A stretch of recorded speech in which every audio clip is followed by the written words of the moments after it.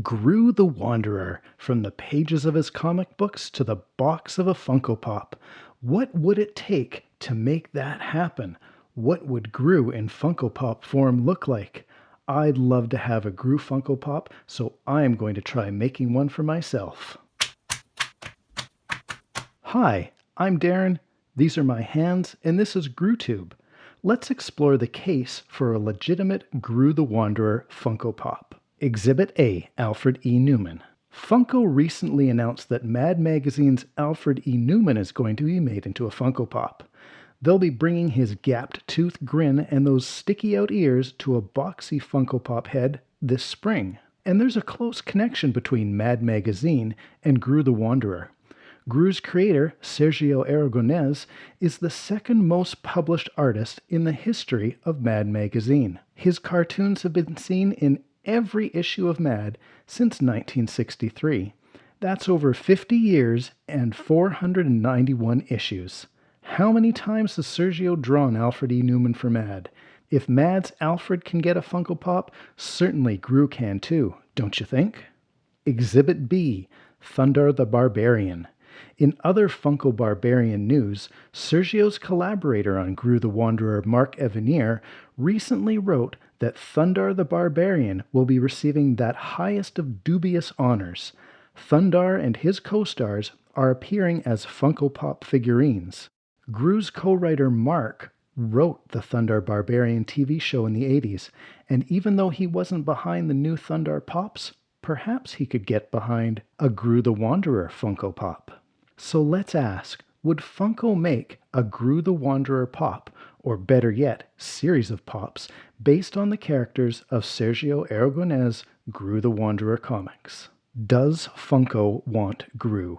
It seems the obvious answer is yes, if it makes financial sense for Funko. How would Funko determine that they could make enough money from a Groo the Wanderer Funko Pop? Taking a look at how many of each Funko Pop is made might get us close to an answer. Some pops have been made with an extremely low production run, as low as a few hundred figures. Other figures have been in production for years with over 100,000 being made. So let's look at a specific example. In 2014, Funko made an exclusive Huckleberry Hound Pop for the San Diego Comic-Con with a run of less than 1,000 figures. Huckleberry Hound is an old cartoon character whose appeal to the masses might not be that great, but in the context of Comic-Con, it made sense for Funko. Interesting to note that Huckleberry is a Hanna-Barbera character, and there's a connection with Sergio Aragonés' writing partner, Mark Evanier. Mark wrote for and ran Hanna-Barbera comics back in the late 70s, and he's attended every San Diego Comic-Con since its inception, and currently hosts panels at each Comic-Con. I think, in the context of an exclusive Comic-Con pop, Groo the Wanderer would definitely make sense for Funko. Does Groo want Funko? But that's just one side of the equation. The other side asks, would Sergio Aragonés, creator of Groo the Wanderer, allow it to happen? Sergio is quite protective of his Barbarian and may not want to see Groo being interpreted in the Funko Pop style. So, what would it take to get Señor Aragonés on board with a Groo Funko Pop? Obviously, Funko would pay a licensing fee to Sergio for producing a pop of Groo, but money would never be the deciding factor in Sergio's decision. Sergio has allowed Groo to be depicted on t-shirts, posters, trading cards, lunchboxes, and even board games in the past, so it's not out of the question. But each of these incarnations of Groo has been drawn by Señor Aragonés himself, so the creative control has stayed with him. Fortunately, there have been several sculpted versions of Groo the Wanderer over the years, where someone else has interpreted Sergio's two-dimensional drawing of Groo for a three-dimensional sculpt. The first time we saw a Groo figure were the cast metal figures from Dark Horse. They were perfect for some tabletop Dungeons & Dragons action. A wonderful and highly sought-after 7-piece of PVC Groo figures was produced in 2002.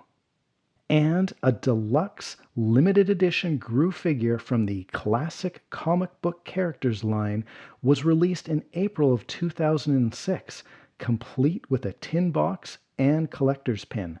Sergio would insist on having the ultimate design approval for the Groo Funko Pop, and that would be the main factor to overcome in seeing a legitimate Groo the Wanderer figure made. But as Sergio has been able to work with sculptors to create Groo figures in the past, I trust that it could happen again with the artists at Funko. What would a Funko Groo look like? This is where it gets fun, imagining Groo the Wanderer as a Funko Pop. Let me get out my art supplies. So what I've done is I found a template of a Funko Pop drawing online, and I've got my tracing paper out. And basically, I'm just getting the basic dimensions of a Funko Pop so I can start drawing Groo. One of the most important things when you're drawing a Funko Pop are those soulless eyes. Make sure those are in the right spot. And I think for my drawing of Groo in the Funko Pop style, the most important thing for me to draw other than those eyes is Groo's nose. And that might be difficult to convey in the Funko Pop style, but I'll do my best. The rest of it is just drawing Groo as I normally would. And here we go, a rough sketch of a Funko Pop Groo. So, we bring this into my drawing program on the computer, and we start drawing out the shapes as vectors, filling them in with colors. Now, as I'm creating my Funko Pop Groo, I'm noticing that the different styles that are on the boxes of Funko Pops have changed throughout the years. Some are very flat and cartoony, some are almost photorealistic. I'm going for a cartoon look with flat colors, very little shading. I'm really only taking special care to get Groo's nose right. Otherwise, I'm just doing some outlines and flat colors. You can see at one point here, I changed the position of Groo's arm holding a sword. At least it allows me to show the skull and the little pouch hanging off of Groo's belt. This is actually a really fun drawing to make.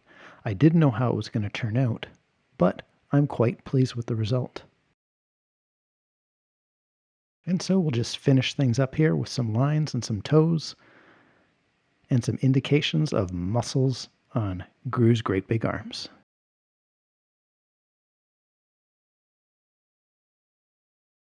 And there we go, my drawing of Groo as a Funko Pop. Imagine holding in your hands a Groo the Wanderer Funko Pop.